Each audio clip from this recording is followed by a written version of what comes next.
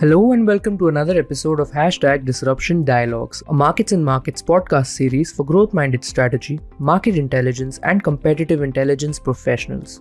Today our host Pranjal Sharma is in discussion with Tim Last.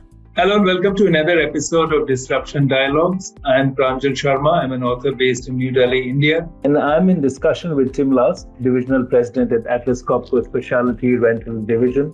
Thanks, Tim, for joining us today. Pranjal, thank you very much for inviting me. I'm looking forward to it.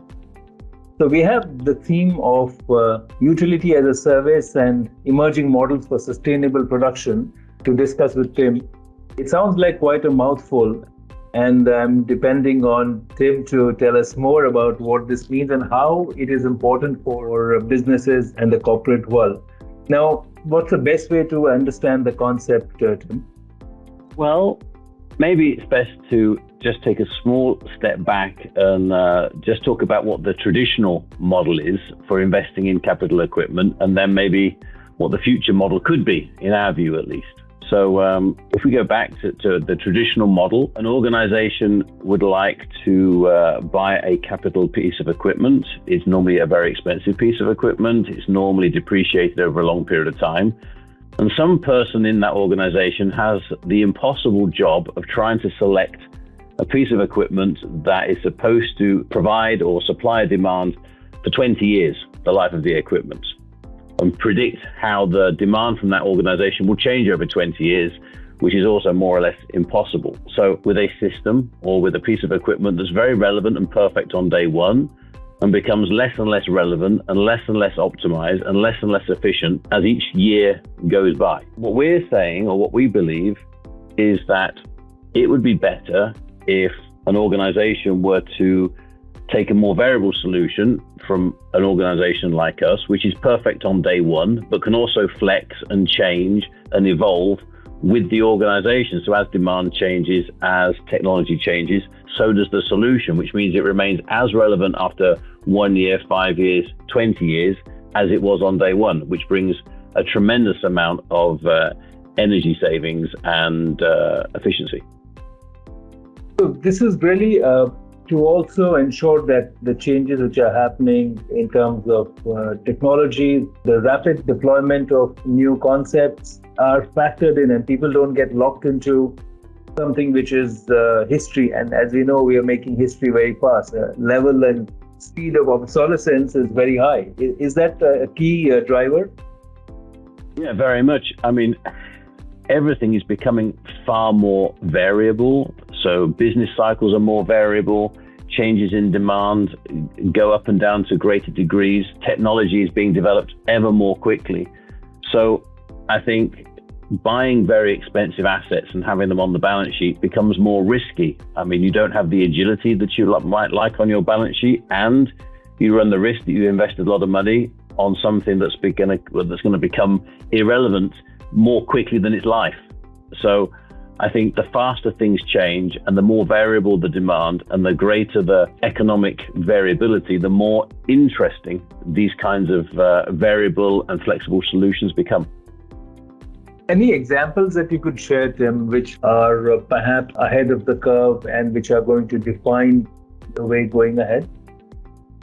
Yeah, we've got a couple. We're still pioneering these solutions, so it's not something that we've been doing for like the last 20 years. So we're really on the edge here trying some new things, but two examples that we've been working on recently. The first one in China. This particular organization has had a very large compressed air system for a very long period of time. It's come to the end of its natural life, but rather than just change it for a newer version, they've come to us and basically said, we would like you to design the best system you possibly can, and we'd like you to keep it as efficient as you can for the next 20 years. But we will pay you not based on what you bring to site. We will pay you based on the amount of energy saving you will generate for us over that 20 years compared to what we had in the previous version. So we are very motivated as an organization to continuously make that solution super efficient, because the more efficient we make it, the more we get paid.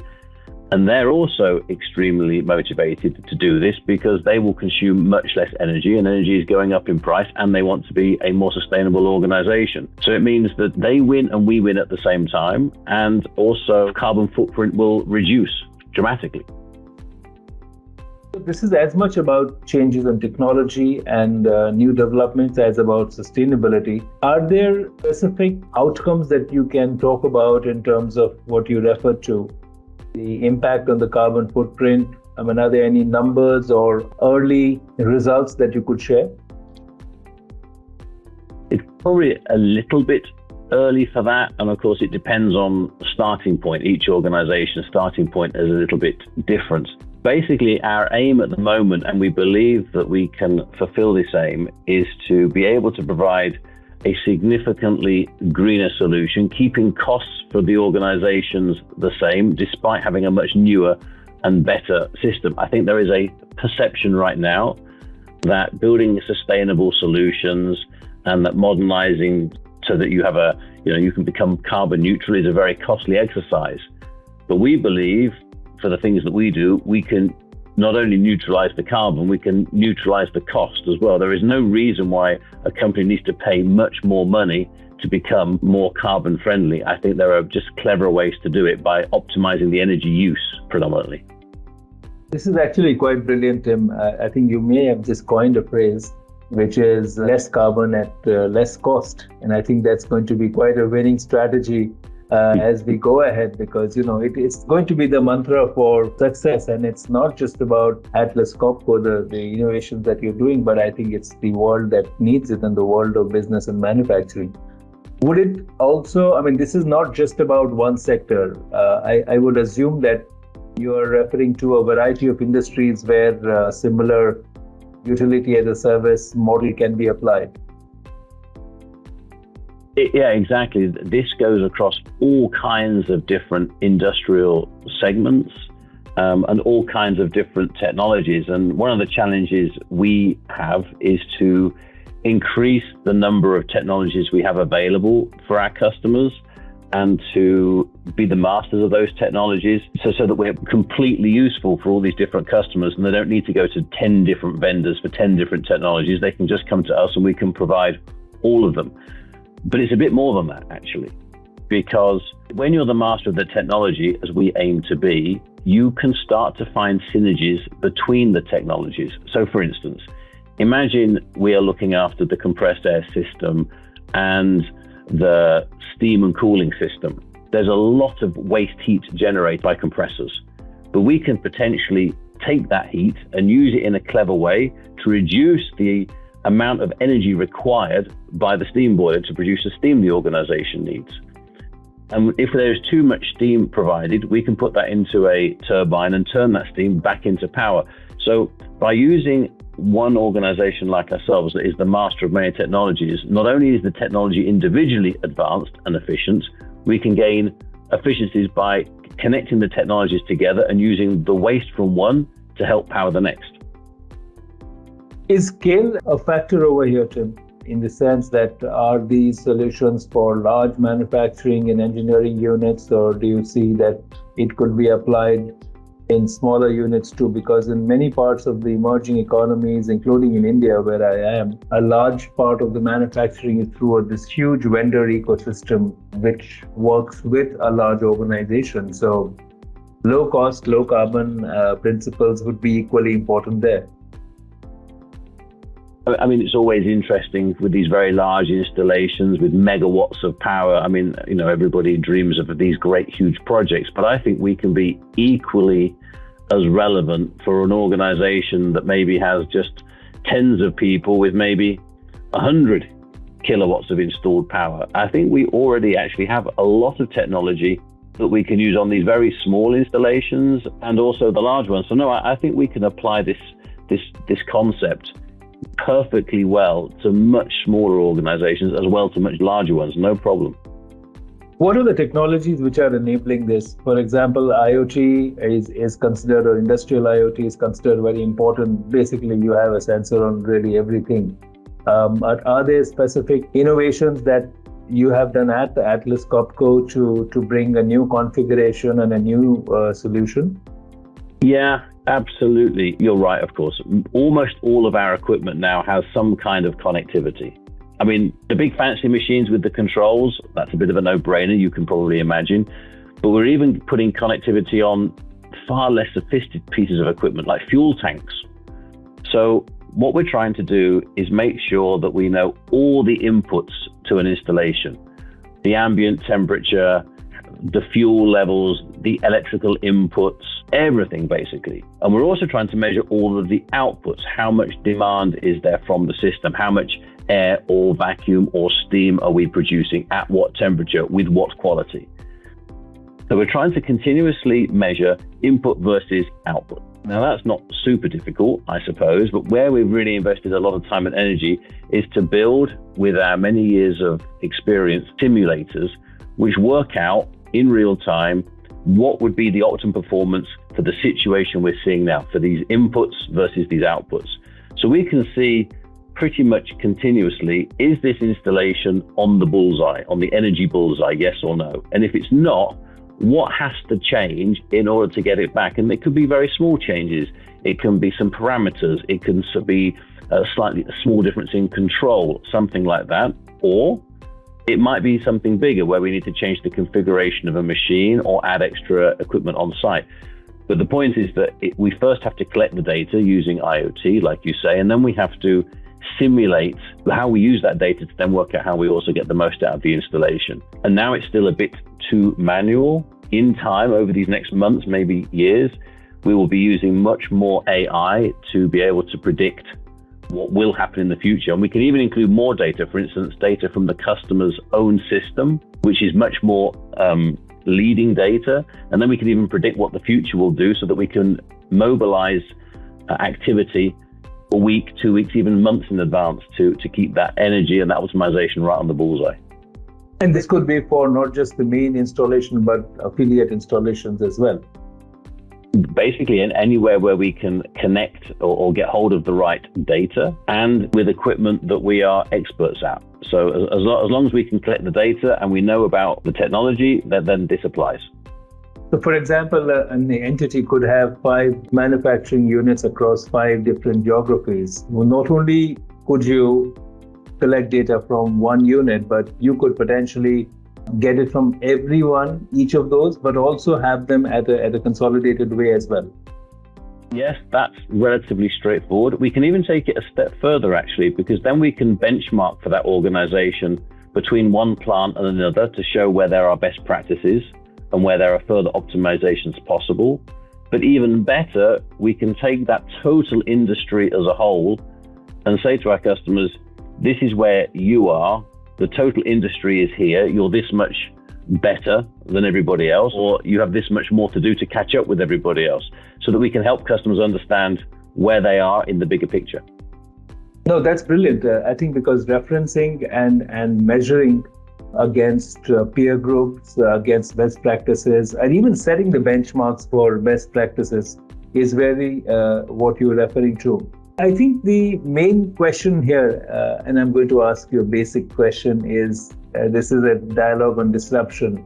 What is the disruption that is happening here? Do you see if any fundamental changes in the models taking place in the next 3 to 5 years?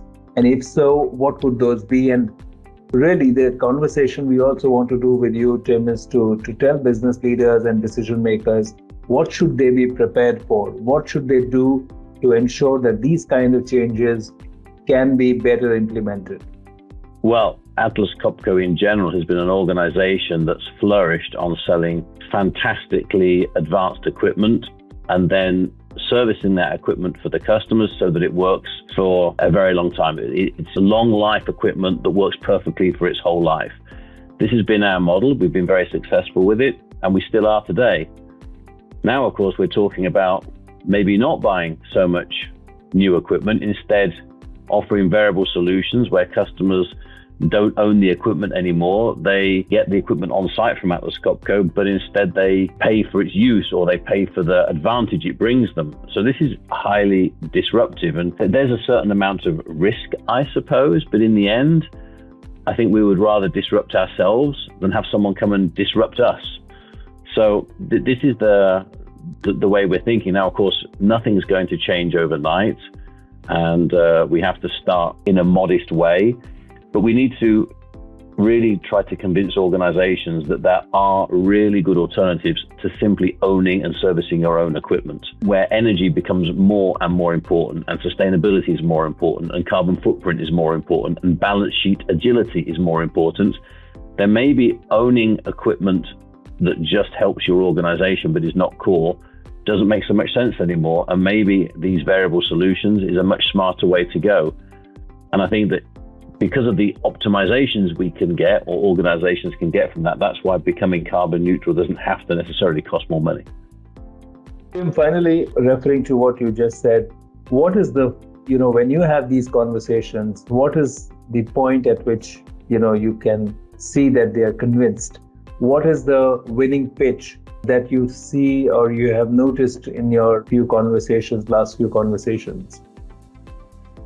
I think it's not so much what we say that makes a difference, it's who we say it to. So when we are able to explain what we're trying to do to senior people in organizations, to the team that's responsible for the sustainability targets, it doesn't take very long before they're very, very interested in this kind of solution and what it can bring and how it can work. So it's quite straightforward. The problem is when we talk to our more traditional speaking partners on the floor of these organizations, they're still thinking in their traditional paradigms in the way that it's always been. And then that's the difficult part. So it's trying to convince both ends. Of course, we talk about this to all levels of all organizations, but as soon as we start explaining what we're trying to do and how it can work to the more corporate levels, to the areas, as I say, who are more focused on the sustainability, then the conversation goes very quickly. Perfect. Thanks, Tim. I think conversation goes quickly, and then I think the implementation would also be very rapid. But this is very exciting to know, and it's very positive for me, and I'm sure for our listeners, because we tend to get a lot of negative news about the action on climate change, but the work that you are doing, Atlas Copco is doing, I think is very promising, and it gives a lot of optimism for industry and consumers and citizens to look forward to. So thanks for sharing these thoughts and examples. It's been an absolute pleasure. Thank you very much for having me on your podcast. And thank you to everybody who had tuned in. I was in conversation with Tim Last, Divisional President at Atlas Copco Specialty Rental Division. I hope you learned something interesting from this. Please do stay tuned for more such conversations on Disruption Dialogues. Thank you for listening to #Disruption Dialogues. If you are a strategy or market intelligence professional, we invite you to join our community on LinkedIn, #Disruption Dialogues.